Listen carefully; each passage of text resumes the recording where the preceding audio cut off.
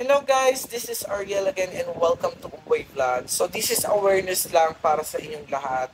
Dahil nga 'di ba, naala ko na yung 100k followers sa aking profile account sa Ariel Eroles Carvajal.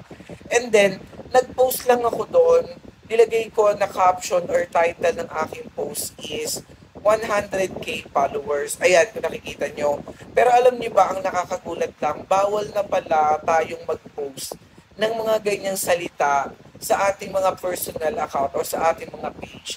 Dahil ang feeling pala ni Meta ay way siya para lang makakuha tayo ng mga maraming likes, followers, share, comments, or mga engagement sa ating mga account. So, ang ginagawa ni Facebook kapag kaganyan lang yung caption natin na pinopost o title sa ating mga video or sa ating mga photo, ay hindi siya pumapayag dahil against daw to sa ating community standards on spam.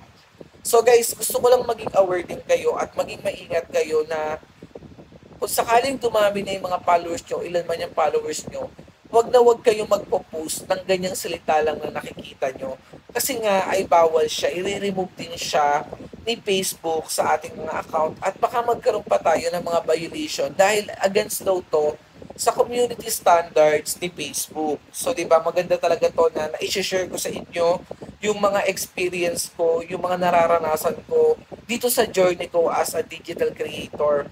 Gustong gusto kong i-share yung mga ganitong nararanasan ko na pagkakamali ko o kaya yung mga napapansing violation or yung mga bawal kay Meta para at least kayo mga small content creator na nagsisimula pa lang, alam na alam nyo na yung gagawin at alam na alam nyo na rin yung mga iiwasan yung gawin.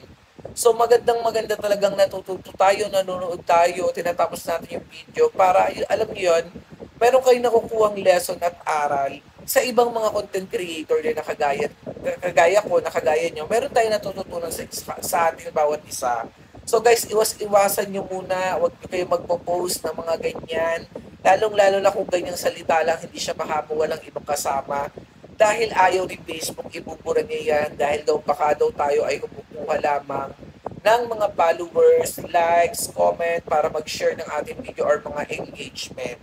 At ito daw ay against sa community standard ni Facebook. O di ba nakakaloka, hindi naman natin. Ako tagal ko na dito, hindi ko alam na bawal pala yan kasi nai-spam siya. And then, against daw siya ng community standard kasi nga daw, ginagawa lang daw natin yun, baka daw para kumuha lang tayo ng maraming followers or mga engagement, which is hindi naman. Gusto ko lang express yung kaligayahan ko dahil naanla ko na nga yung 100k followers ko. Pero maganda na rin yung nalaman ko yung ganitong pagkakamali at ayaw ni Facebook. At least na i-share ko sa inyo at nalalaman nyo.